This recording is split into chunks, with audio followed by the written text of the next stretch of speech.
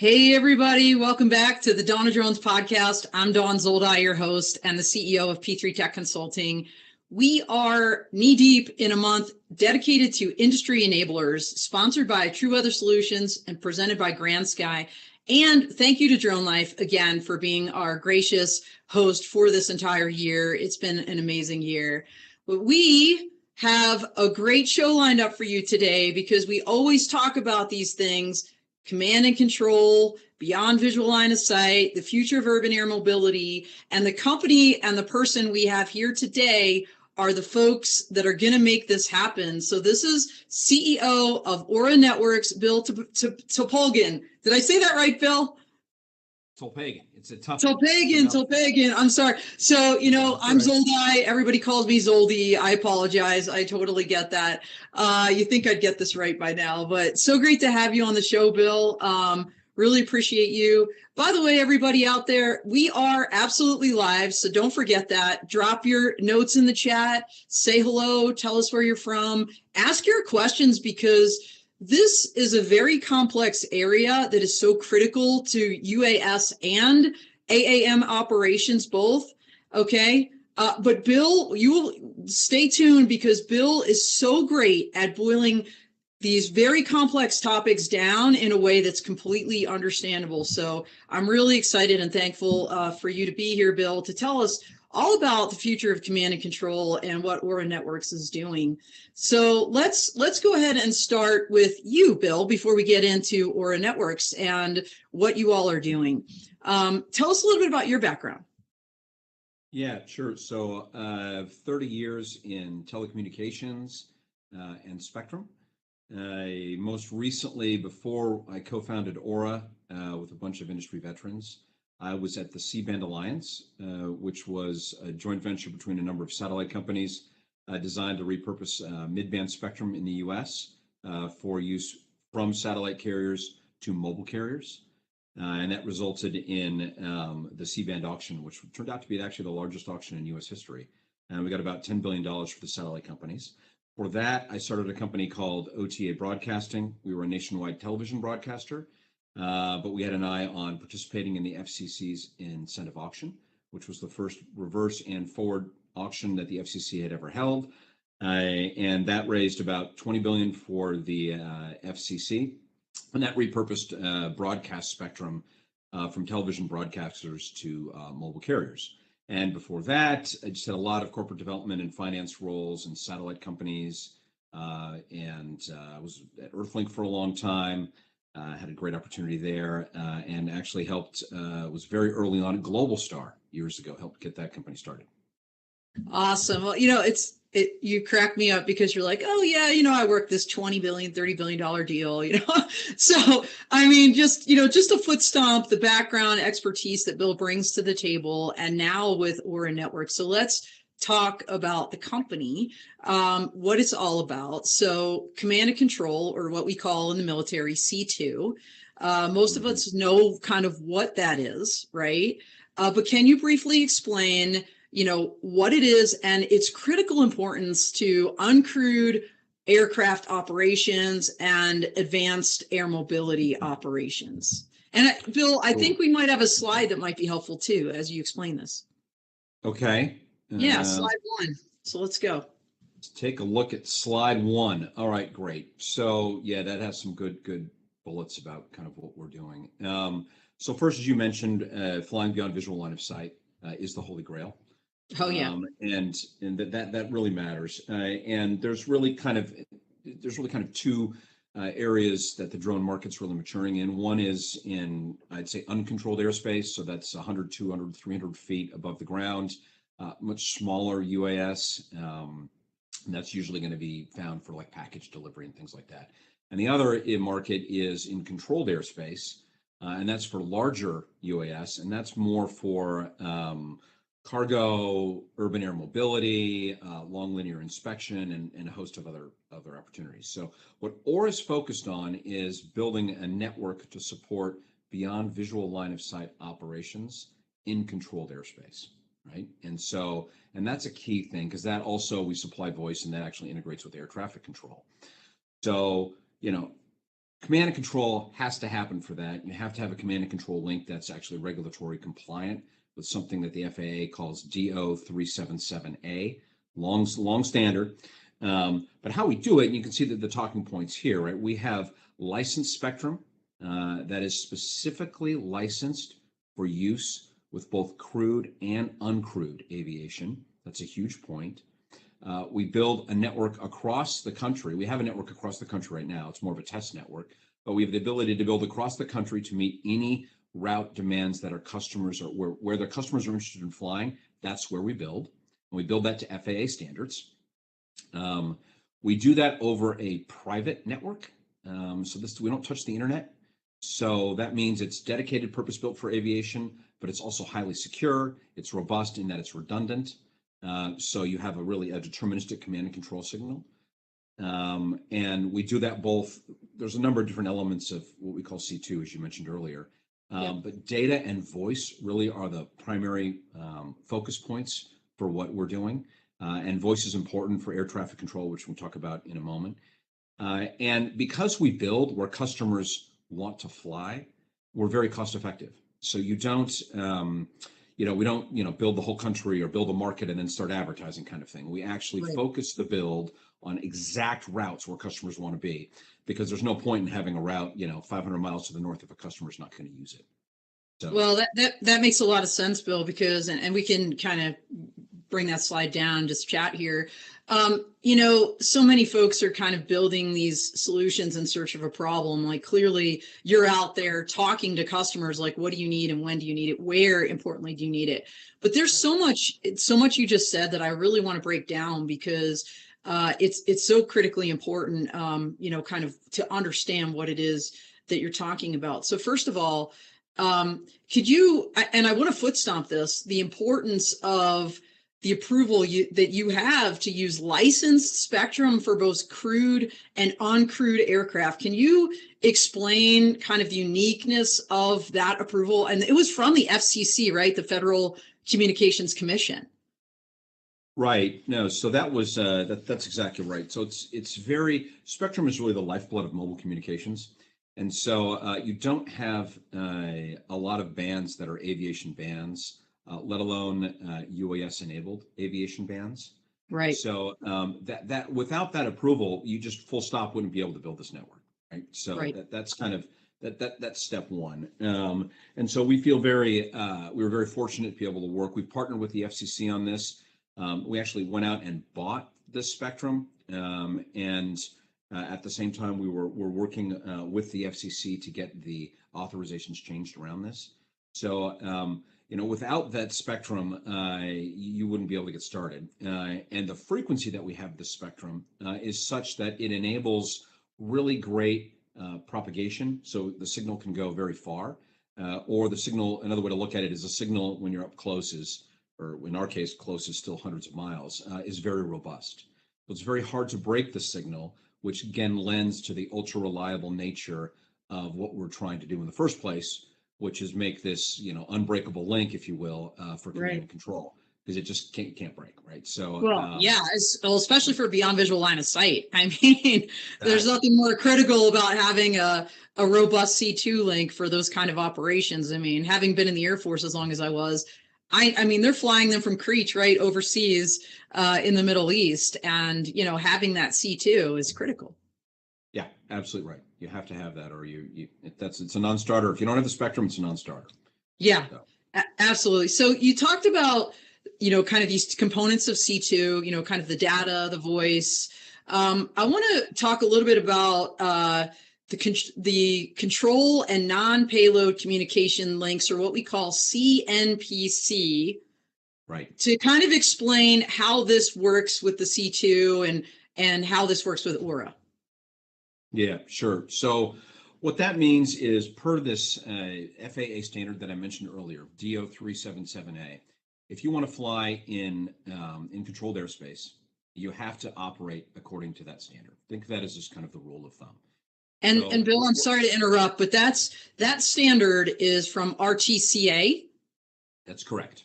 Okay, gotcha. It's the RTCA. That's the standards body that it has heavy industry involvement that makes the aviation standards. And there's a number of other standards that relate to UAS, but the one I'm really going to focus on today is just 377A. And so that one has a whole bunch of characteristics that the link has to meet. Think about that from availability, reliability, jitter, all these different kind of aspects that you have to have, right? So for command and control, it's sort of that's sort of kind of a header, right? And underneath that, you have the data, you have the voice, you actually have detect and avoid. There's a number of different things that really kind of fit in there and are considered mission critical. So it's not like video streaming or anything would fit in that. It really is mission critical telemetry, right? Gotcha. And voice is another big thing for that, right? So that's also a requirement. And in 377A, they mention the requirement, but they also talk about things like latency. So when you step back and look at what Aura is doing, this robust private network on aviation spectrum, we also have to make it a very high performance network from the metrics that you find in 377A, right? So it's got to have super low latency for voice. And that's one of the reasons it can't touch the internet. Security is one reason, but also, of course, you really can't measure latency in any kind of consistent way over the internet because there's a lot of different hops. Who knows where you're going to be going, right? So we build this network to have a private connection from the actual pilot all the way through the network, then up to the UAS and then back, right? It's all private. Okay, so it's from the pilot up and back down. That's kind of the connection we're talking about. And the voice aspect, is that kind of aircraft to aircraft to ATC, or air traffic control, and both? Right. So the way the voice works, it works over our network, but it manifests itself in a very similar way to how voice is used in controlled airspace today. Okay. Right? So voice is used both for situational awareness as well as directly talking to ATC. So when a pilot is speaking on our network, they're actually going up to the UAS on our network, and then it broadcasts out on traditional frequencies, right? So traditional radio that is being used, that's how it's heard. So if you're a pilot in another aircraft, you're going to hear the UAS speaking. You're hearing the pilot of the UAS speaking as if the pilot was in the aircraft, right? In that other aircraft, right? Wow. And that allows good situational awareness. That also allows the pilot then, who might be in a different state. Again, remember, we're talking flying beyond visual line of sight. That allows the pilot to communicate with air traffic control real time. And so there's lots of regulations, as you can imagine, around that, right? So you have to really build your network and your build all the gear to make sure they can handle and meet those type regulations. All right, awesome. And great question here from Jim Crane out there. One of our folks listening in says, Bill, where in the spectrum is it? In other words, what spectrum band is your approval, your license in? Right. So our frequency is a little north of 450 megahertz, which is that might not mean much to a lot of folks, but in today's parlance, that's actually considered what they call low band spectrum. So that's kind of sandwiched in between the broadcasters, and it is below all the frequencies that cellular companies use for data. So cellular companies they have some low band, even as low as like 600 megahertz for data, which they consider their coverage layer, all the way up into the tens and tens of gigahertz, right? So they kind of are tending more towards the higher end now because that's where the availability is. So we're really in low band, which, as I mentioned before, gives us this killer RF propagation, which then allows us to make these ultra reliable links, which then just contributes even more so to the overall safety and robust nature of our network.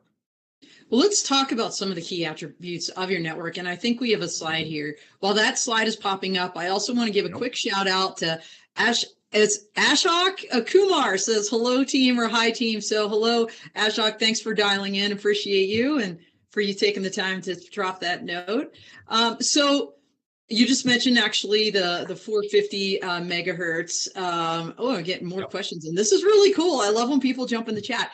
But John, we'll get to your question in a minute. Let's kind of roll through some of these key attributes. You mentioned kind of where in the band, the license spectrum that you have, and the criticality of that. The fact that it is aviation specific, band, which is really amazing. Let's talk about some of these other things and roll through them. So you mentioned that your radio link is ultra reliable. Can you expand on that?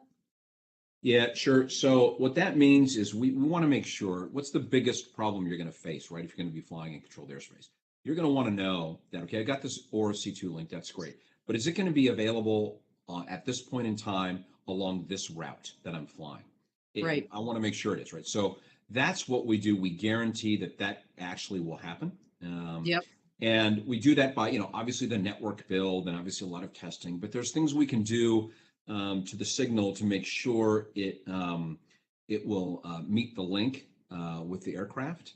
And so there's a number of things how you handle modulation is one thing we do. So there's a number of tricks, if you will, not tricks, but just some of these are just more kind of best practices.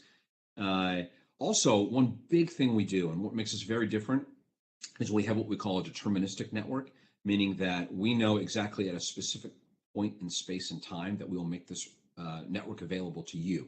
So unlike a network where you have a cell phone, where you run around town and you tell the network, you're at the grocery store, you're at the movie theater, you're at the baseball game. The network's telling you where you're going, right? Because you filed a flight plan, and the network says if you're here at this point in time, you get spectrum availability, right? So it's a deterministic network. So the network drives it, not the user, the other way around, right? So that's a big factor to make sure if you behave like that, then we can guarantee that you'll have spectrum and you'll have access at that point in time. Does that make sense? Okay, so it's almost like on demand, right? Like it's like so you file a flight plan with Aura essentially and say this is going to be my route, and then basically you validate like yes, you will have connectivity throughout the time. And we'll talk about safety features here in a second, because obviously this is really important if something happens along that route. But let's talk about privacy and security, right? As you think about public acceptance of these operations, especially when you're talking about beyond visual line of sight, you don't have a pilot on board. How do you maintain like the security of the link? I know this is something we're seeing right in across the pond in the Ukraine situation, right, where things are getting hacked, they're getting jammed, they're getting spoofed. Like how do you make sure this thing is secure? Yeah, so we have a number of things we do. I can really kind of mention just a couple of them. Yeah, you can't. Obviously, you're not going to give us your secret sauce here, but yeah. So one is, inherently the nature of a private network is a big step forward towards security. You have to be on our network to have access to the network in the first place. And so a private network is a big thing. Tools we use on that private network, obviously there's lots of encryption. We do other things like even with the blockchain, there's a number of things that happen in the background there that not only add to security, but prevent things like spoofing. Right. And that's extremely important to us, because if you can, safety really, like the FAA safety, we always say, is our North Star. And so if people can break into the network, then, and they were able to have, if there was an easy access network, they could take down UASs, right? They could cause them to crash. They could take control of them. There's all kinds of negative consequences. So security is really kind of, that is one of our top priorities in order to maintain that, North Star focus on safety. Yeah, absolutely makes an abundant amount of sense. By the way, Bill, we've got John Loesch out there. Here's his question to you. How critical is the ONDAS or ONDAS networking technology to what you're doing? Yeah, so ONDAS is actually, ONDAS has played a key role in what we're actually building in our network. So when we started the company, we actually partnered with ONDAS to build the radio gear that is actually now out on our network sites. So we have, it's right around 57 sites, mostly done. There's like one in Guam, and there's a couple places, Guam, like American Samoa, where there's still construction ongoing. But for the most part, we have continental United States covered, Hawaii covered, and Puerto Rico covered, in Alaska as well. And that was kind of version 1 of the network, and that was all done with ONDAS. And we did that all actually very quickly back in 2020. So kind of the first build was that first layer was all ONDAS, right? And so that's actually what's operating today. Actually, I want to just back up for a second for the uninitiated. what is Ondas? And I think slide 3 kind of gets into some of these company highlights and how you've built out the company, including with Ondas technology. So maybe we can put up slide 3, and then you could maybe tell us also what Ondas is all about. There we go. Okay, so right, so that would be on the third part, the built part. So what we have right now, as I mentioned before, let's rewind for a moment. As I mentioned before, we said, we build this very cost effectively and build where customers have routes, right? Yes, where do they want to fly? It's where we build an network. But before we could even do that, we had to build a nationwide footprint per the requirements of the FCC to maintain and kind of operate within regulatory compliance the actual licenses themselves across the United States, right? Right. So step one was to kind of build this overall layer, right? I would call that while it's an operating network, it's really more focused on testing than anything else, right? So that's really kind of where the first generation of radios were, and that's where Ondas was, right? Gotcha. What we're doing now is we're moving towards, and when we're working with customers, we're working towards enhancing the network, different kinds of gear, all throughout. So think of like the first side is like step 1 is a testing site. Step 2 is going to be a hardened site. It's going to have multiple antenna on. It's going to have a generator. It's going to have redundant fiber links, on and on, right? And so that's going to be the commercial version of the network, and that gets built where customers want to fly. So what that means is you have this kind of nationwide footprint, but then you're going to start to see routes being built with all this new gear. And so that's really kind of step 2, which is the step we're really we're embarking on now with our customers. Awesome. And I'd be remiss not to mention, it was on the slide, but CJ, you don't need to put that back up. AURA stands for Advanced Ultra Reliable Aviation. I love that. So it is an acronym, and being a former military, acronyms are near and dear to my heart. So that's what AURA stands for, everybody. So you just learned it here. Ron Joseph has a really good question, Bill, because we've seen a lot, let's just call it big kerfuffles, right? That's a technical term, in the past year, really, about near band interference, whether it was kind of the 5G anticipated rollout last December with, T-Mobile and some of these other companies, possibly interfering with life critical systems on crewed aircraft. And then, we've got the Legato situation with their terrestrial mobile satellite system and some near-band interference claims that, frankly, were just validated by the National Academy of Sciences, Medicine, and I forget the third one. It's like 3 organizations in one. Just did a big report on this, at least for the DoD and kind of high-resolution GPS receivers.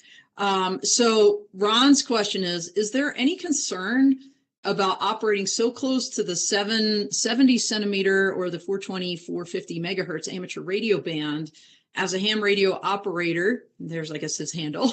I would be somewhat concerned about RF splatter affecting navigation. No, we're not. So first of all, we're a very different band, right? So we're at 400, right, or 450. We're not up at these other bands that you were mentioning a moment ago. And no, there's not. If anything, we're seeing when we go out and actually do our RF measurements, we're seeing interference into our band as opposed to us causing interference out. One big thing to remember is the power levels that we're operating at are super low, right? So, and that's actually something you, believe it or not, need to do because 450 is so strong that you can go so far. I mean, the last gentleman who's a ham radio operator will know what you can do with just a handheld radio, right? You can go really far with the right weather conditions. So we actually tune the power very low. So the interference we see is actually kind of the opposite, right? So it's more into us than it is into them. So. And yeah, so if it's into you and you're flying on that network, how do you kind of mitigate the concerns of maybe someone encroaching into what you're trying to achieve? Yeah, I mean, there's lots of tricks. There's lots of practices you can do on the radio to stop that, right? Some folks are actually, camping in the band because that hasn't been used for a long time. We're making use of a band that It wasn't exactly robustly used 5, 10 years ago, so people are there doing it. Some people have temporary authority to actually work in our band, believe it or not. So all those things are actually pretty easy to address. It just takes time and work on our side to kind of make sure that if there's any kind of direct interference, we can clean that up. And that usually means they have to change the way they transmit into our band, or they just have to, they can either stop transmitting or they just have to get different gear. There's lots of different things you can do. But we're a very good neighbor because there isn't a ton around where we are right now. In fact, there's a band that's somewhat similar to ours, a little below ours, that's kind of twice the size of ours, but it's more used for like paging and some two-way radio type activities as well. So we don't have any.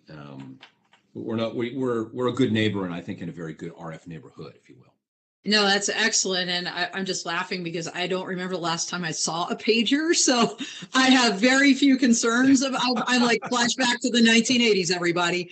They're still out there, believe it or not. Well, I guess there may be some people still using those, but anyway, so probably a great segue, Bill, to talk about something you mentioned a little earlier, the fact that you're already out there, kind of using your private network in lots of different contexts. I know you're working with NASA and the FAA. Can you and others? Can you walk us through maybe some of these projects and basically what you're finding as you roll this out? Yeah, no, that's great. So we're doing so with the FAA, we've got a CRADA, which is a Cooperative Research and Development Agreement, and that's around voice. Right. And that's around how do you set, because as we talked about earlier, voice is an integral part of C2, so you can communicate to air traffic control and, situational awareness for other aircraft in controlled airspace. So CRADA is very important. FAA and AURA are doing a lot of good work on this, and it's really designed to not only work around kind of, let's sharpen the regulatory environment here, but let's also measure the performance of both what AURA is doing as well as what the FAA is doing. Right. So there's a latency budget. I mean, in other words, the amount of time it takes to go from point A to point B.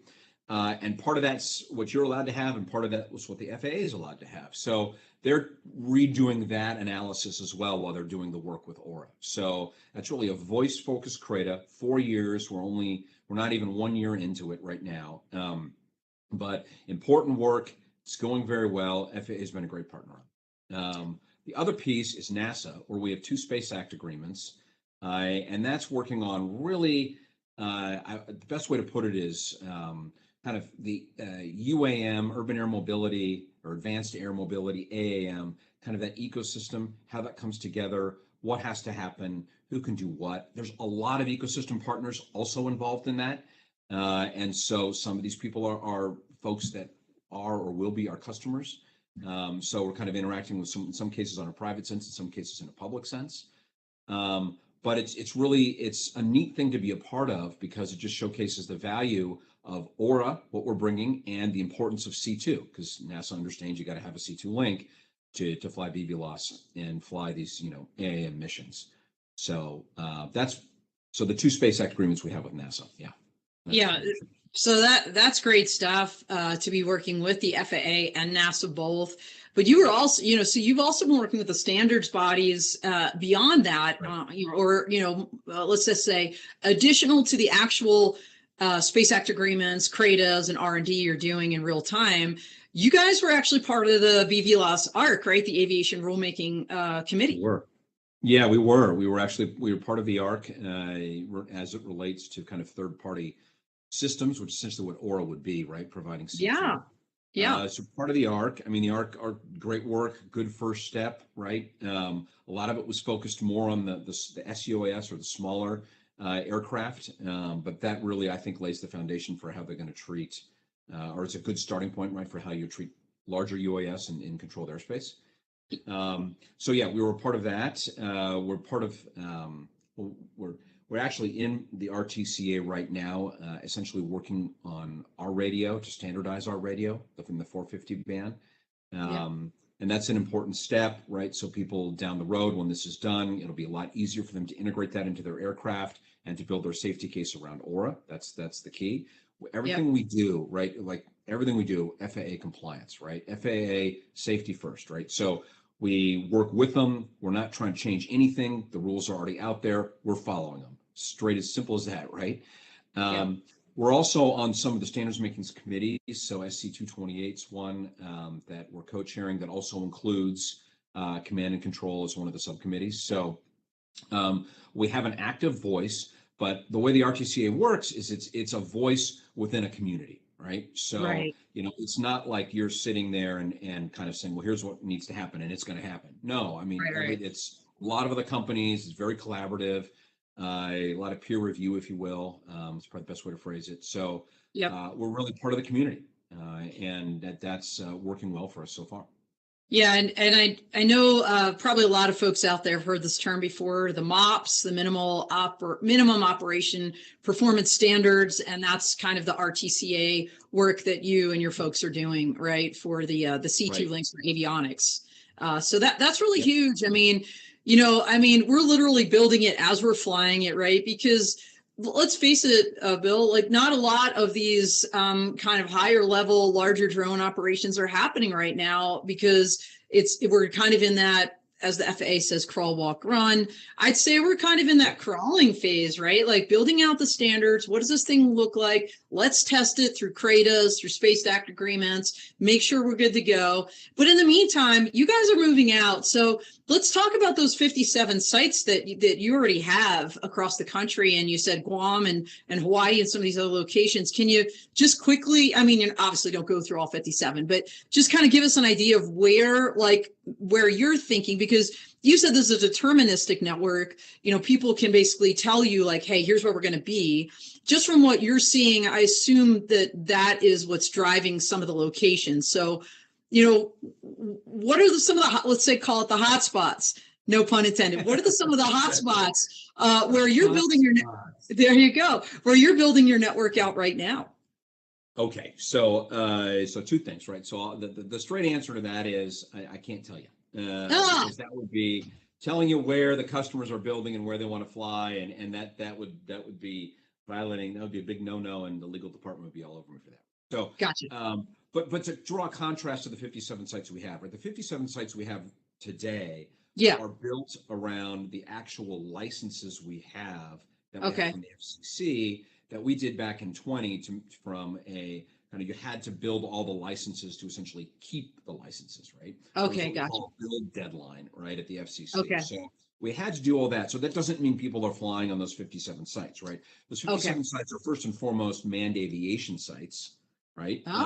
This was manned aviation that then we have the authority to also do unmanned aviation, right? So or uncrewed aviation, right? So it started crewed and it moved to uncrewed, but you still do both, right? Yes. So crewed aviation actually is also part of our business plan, right? Okay. Aviation, a hardcore aviation robust network like this, you can use it for a lot of things. So you can use it for crewed and you can use it for uncrewed, right? So we're going to use it for both. So that said, the 57 are, I would say, still more kind of, think of them as more kind of an early stage like testing that we test. We do a lot of work on the manned with those actually. And so it's the ones we're going to build for the customers that are very specific, that are going to be much more, I'd say, focused on unmanned or uncrewed, but there is still some crewed in there as well. Okay, so could you, before we get to your future commercial network build out, kind of what that kind of generically is going to look like, without getting into specific clients or where they're going to be. So of these 57, could you give me maybe examples of like 3 locations where you've already built out, like where you have your sites? Sure, they're almost in every state. Oh, wow. Okay. Well, that makes sense. Okay. They're all over. They're all over. So you actually have, depending upon your altitude, you actually have the 57 alone actually create a nationwide footprint. Holy snipes. Which is great, right? When you think about like a carrier that might have 60,000 sites, and granted they also have capacity there. They have 100 plus customers, but they'll have 60,000 sites in a network, and we have 57. So yeah, I mean, we've got them. California is another example where we actually put a site in the mountains a little to the east, or in the east side of the bay. And with that one site, the coverage is just, it's very robust. Let's put it that way. So All right. all the airports, like what you see right there, Yeah. you have a number of Class B airports right there. So because 450 has such great RF coverage that you don't need to put multiple sites in there other than from a capacity point of view down the road, right? So I just think of us in pretty much in every state, and in Puerto Rico, and we're also in Hawaii. Got a number. I mean, Alaska's so large that we actually have I think we have 6 sites now in Alaska, 5 or 6. I've lost track. Wow. But that is because it's so large that you really actually need to have a number of sites just to provide coverage. Well, and when you think about the future of aviation, Alaska is really kind of a key place for beyond visual line of sight because it is so large. It's, there's large areas of unpopulated, right, terrain Yeah. where and pipelines that need inspecting and all, things that need to be delivered. So, I mean, Right. that's really, when you think about it, an ideal location. But we have one more slide that I want to pop up here about your future commercial network and kind of generically how you kind of plan to build that out. So if we could pull that up, and if you could walk us through this, because I think it really gives the overarching, as we kind of get closer to the end of our time together, the overarching view of what this thing is going to look like. Right. So this slide that you just put up really gives kind of the big picture view of how we're talking through, and you can see this. That looks like the communications tower there, kind of in the middle left. Yeah. How we talk to both the UAS, and then how the UAS through a voice link would talk over to air traffic control on the right hand side. We actually have, from that site, we actually have 3 different types of sites that we plan to use. And that really depends on the customer's coverage needs and capacity. So we can kind of grow over time as the customer's utilization of the route grows over time. Think of it that way as well. Yeah. You can see on the bottom that we actually do integrate with the cloud in a private way. And these links that you see in green on kind of in the dark area, kind of the bottom half of the slide, those are all private. So again, doesn't touch the internet. This is our own fiber, that kind of thing, right? And on the far left-hand side, you see the Flight Operations Center, where you'd have a pilot and some hardware that would connect them directly into our network in a redundant way, and with some of our cloud partners. So this is really kind of I'd say the manifestation of what this will look like. It'll look very similar for different use cases. So if you think about a use case for urban air mobility versus air cargo versus linear inspection versus some kind of urgent delivery type things, it'll all look very similar, right? So there's a lot of scale that you get out of this network design as well. Okay, so that's great. And you just mentioned use cases. So the question I want to ask, which I'm sure is on people's minds that are out there. The smaller companies, the mom and pop folks, right? Can they tap into this, or is this really for kind of larger companies, or is it all of the above? Yeah, it's really all of the above. I mean, we tend to run this network. Our plan is to run this network on an open access basis, right? So there's 2 ways that can manifest, right? Someone can come to us and say, hey, I want to build a site from here to there, kind of point A to point B, right? Right. And then as a part of that, once that site's built, someone else can say, hey, I also want to fly that same route. So, that's fine too. Everyone can use that, right? It's not closed off, right? Okay. Now, if a mom and pop comes up and says, well, hey, I want to do something small and I can't afford a site and all that kind of thing, and there's no other sites we can provide capacity for them, then we have much smaller and much more cost-effective, lower utilization options available as well for people to use. I don't think that's where the market's going to start. I think the market's going to start with, use cases that are larger scale, have higher utilization, because the economics just make more sense in that case. But over time, sure, people can connect in. They'll be able to connect in through what you saw on the slide before, right? Where they're actually connecting in through fiber. There will be other ways for smaller folks to connect in on just as a secure basis, right? We've kind of designed the network for kind of all takers. Okay, well, that's amazing. And so what kind of are the next steps? Like, what do you see on the horizon? I mean, we're in Q4, which I can't believe, of 2022 already. We're almost ready to close out this year. We're rolling into 2023. What's on the horizon for Aura, Bill? Yeah. So what's coming up right now is we've got a bunch of pillars of what we're working on here, right? So we're still, like we mentioned, going through our TCA. So we still have a large technology development effort underway to actually build all those different pieces you saw on that previous network slide. Yes. To build all those and to integrate all those. That's still ongoing and a big piece. A lot of progress is made, and we're testing a lot of aspects right now. We've got a lot of prototype versions of this. But we're going through that process to get to the commercial endpoint, right? And going through the standards process to support that. So that's one piece. The other piece, and this is a big one, right, is testing with potential customers. We're testing with a number of leaders in different use cases, and helping them work on their safety cases, helping them understand what we're doing so that they know when they're ready to go commercial, which isn't tomorrow, it's still down the road a bit. Sure. But when they're ready to go commercial, that Aura is going to be there. That Aura is going to be there in a way that enables them, in a way that does that safely, in a way that does that with FAA regulatory compliance top of mind. So it really gives them a good edge, and we've got to provide comfort and surety for these folks, right? Because this is, at the end of the day, this is all about safety, right? So that's what we're doing. I think those two big things are that's really what's on the horizon for Aura here. And I think from a previous conversation, Bill, you mentioned like you work with folks like the Choctaw Nation of Oklahoma. Did I recall that correctly? Yes. So I'm a super fan of what the Choctaw Nation is doing out there in Oklahoma. Came out on the list. The state of Oklahoma is the #1 drone friendly state. So good place for you to be, obviously. And doing things, I think in Maryland, you did some things this summer where you were doing some remote operations out there, and also in Ohio. So, so great things on the horizon. By the way, Olga Aristival is out there saying excellent image. So Olga is a regular in our clubhouse and also on this show. So thanks for dialing in again, Olga. Really appreciate you. So this is great stuff, Bill.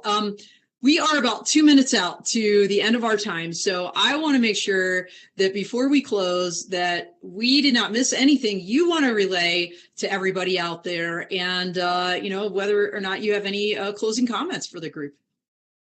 Yeah, I mean, I appreciate you having me. I mean, the biggest thing, I think we covered all the main points. I think that this is just we are a huge believer in this industry, obviously, from what our role is. We believe we're one of the enablers to really help all kinds of cross sections of use cases to actually manifest. We believe that this is truly the end of the quiet skies. We think we're going to start seeing a lot of UAS.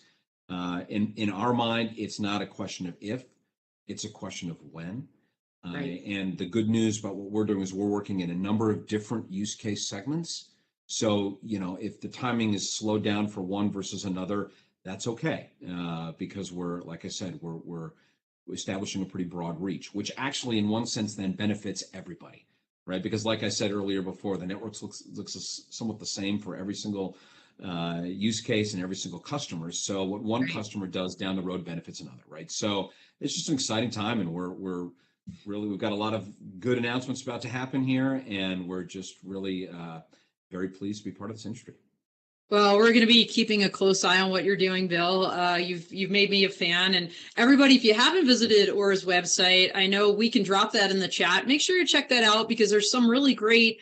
I know Olga just talked about excellent images, other excellent images on that website, including where some of these locations are right now, and also I believe.